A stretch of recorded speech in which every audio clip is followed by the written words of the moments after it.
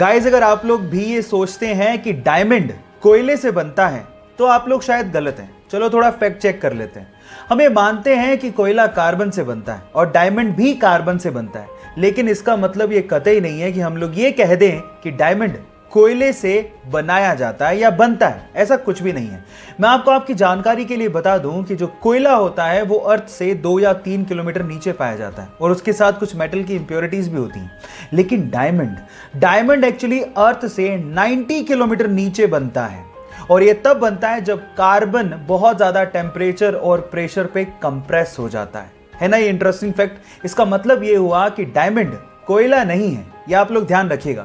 ये interesting fact आपको कैसे लगा चैट सेक्शन में लिखना मत भूलिएगा।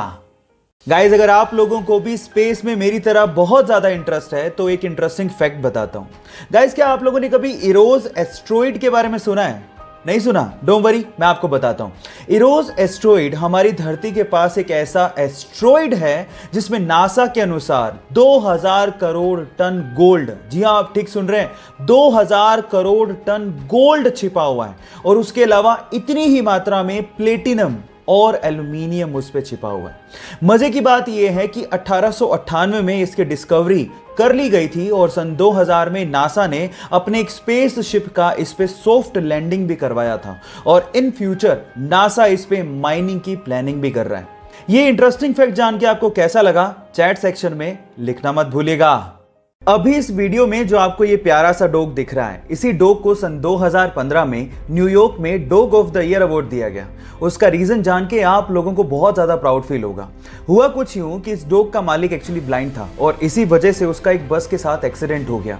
तब ये डॉग अपने मालिक के साथ वहीं पे मौजूद था और अपने पांव टूटे होने के बावजूद भी इस डॉग ने उस बस को वहां से हिलने तक नहीं दिया। जी हां गाइज, जहां पर भी बस मूव करती ये सामने आके खड़ा हो जाता और तब तक इसने बस को रोके रखा जब तक कि उसके मालिक को मेडिकल असिस्टेंस मिल नहीं गया और इसी वजह से इसे dog of the year award भी दिया गया।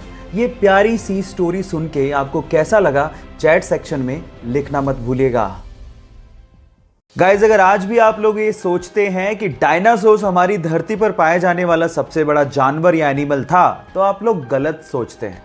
हाँ ठीक है, डायनासोर्स का साइज बहुत ज़्यादा बड़ा होता था। इनफैक्ट कई डायनासोर्स इतने ज़्यादा बड़े थे कि उनकी एक आंख इंसान के हाइट से भी ज़्यादा होती थी, लेकिन वो सबसे बड़े एनिमल कतई नहीं थे।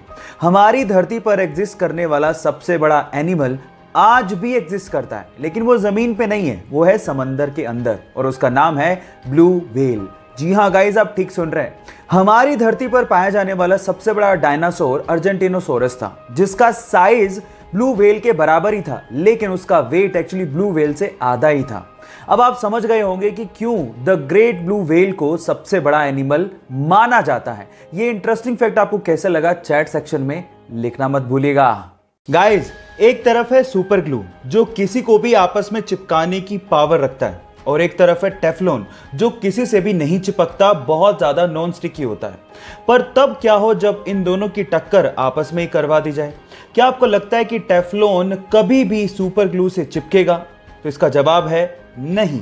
अगर आप सीधे टेफ्लॉन की 2 लेयर्स को सुपर ग्लू से चिपकाने की कोशिश करोगे तो बिल्कुल नहीं चिपकेगा। उसके पीछे का रीजन ये है कि वहां पर कार्बन और फ्लोरीन के बीच में बॉन्ड स्ट्रेंथ इतनी ज्यादा है कि वो कभी ब्रेक नहीं होती।